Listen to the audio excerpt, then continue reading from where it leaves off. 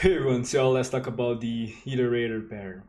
Now, the iterator pattern lets you traverse through the elements of a collection, be it a list or a graph or a tree, without having to worry about how it's implemented behind the scenes. That is, you could just access the elements of that list without worrying how it's, if it is a list, if it is a graph, anything like that. The idea is that you expose a simple function and you could just iterate through the elements through that. So given that, since I'll be using JavaScript here, JavaScript has some helpers built in that makes it easier to create iterables. So you can read through the iterable protocol. This is the official Mozilla documentation, but I'll be following that, and mainly the iterator protocol here that we have next, done, and value, and that's it.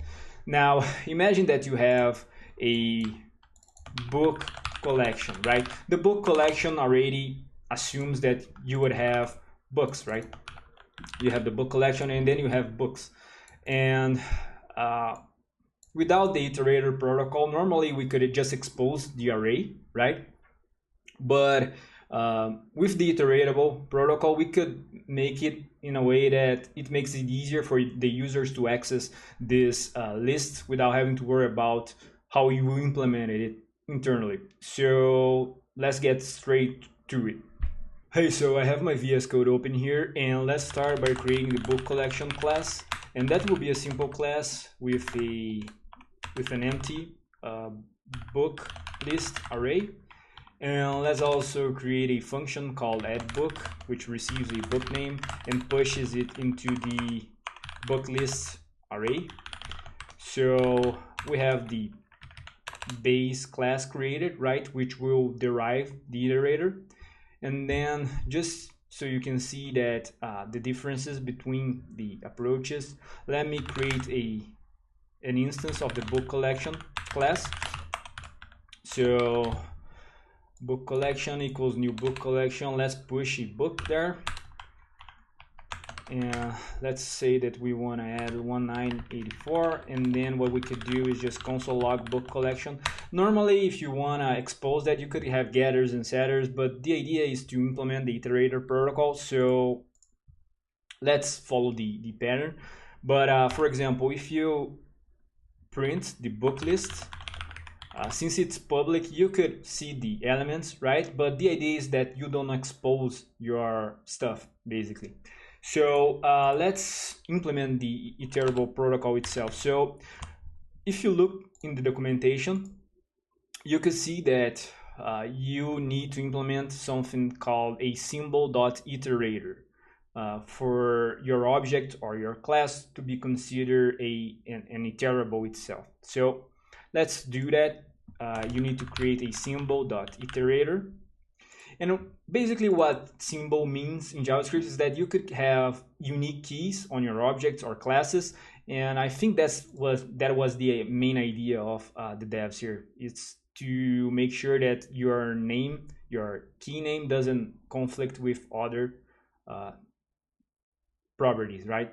So what you could do here is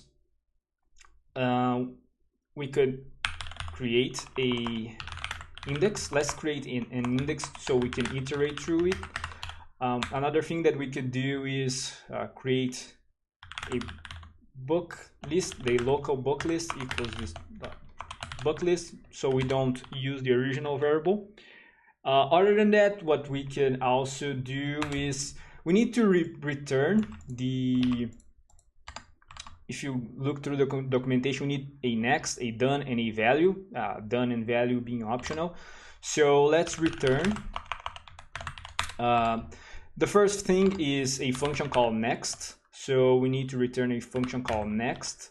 And this function actually needs to be the iterable part itself, like that's where you access your elements. So what we can do is check if book.length is less than, if actually index is less than book.length,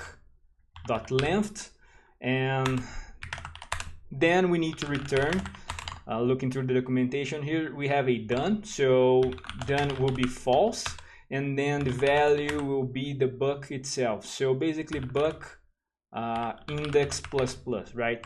So that will make us able to iterate through the list, right?